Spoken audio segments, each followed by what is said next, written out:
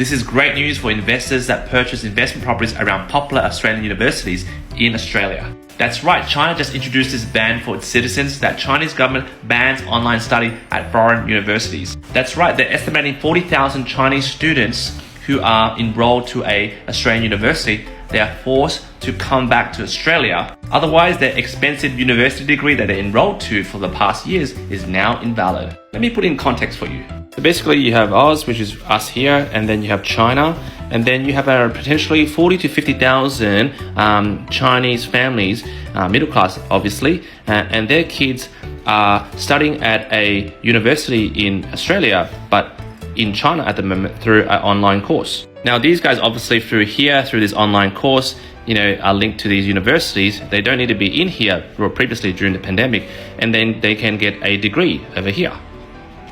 Now these guys pay friggin' like probably 100 to 150k for this degree.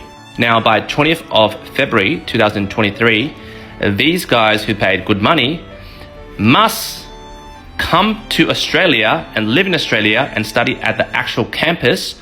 Otherwise, they forfeit this degree, which means if this is a rubbish bin, this is where all their money is going.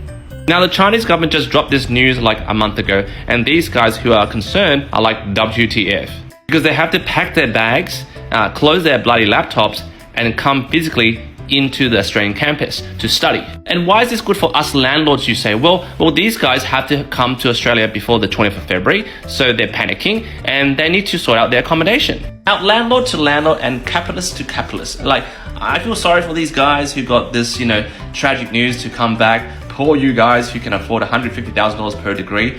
Forget about that I'm half Chinese.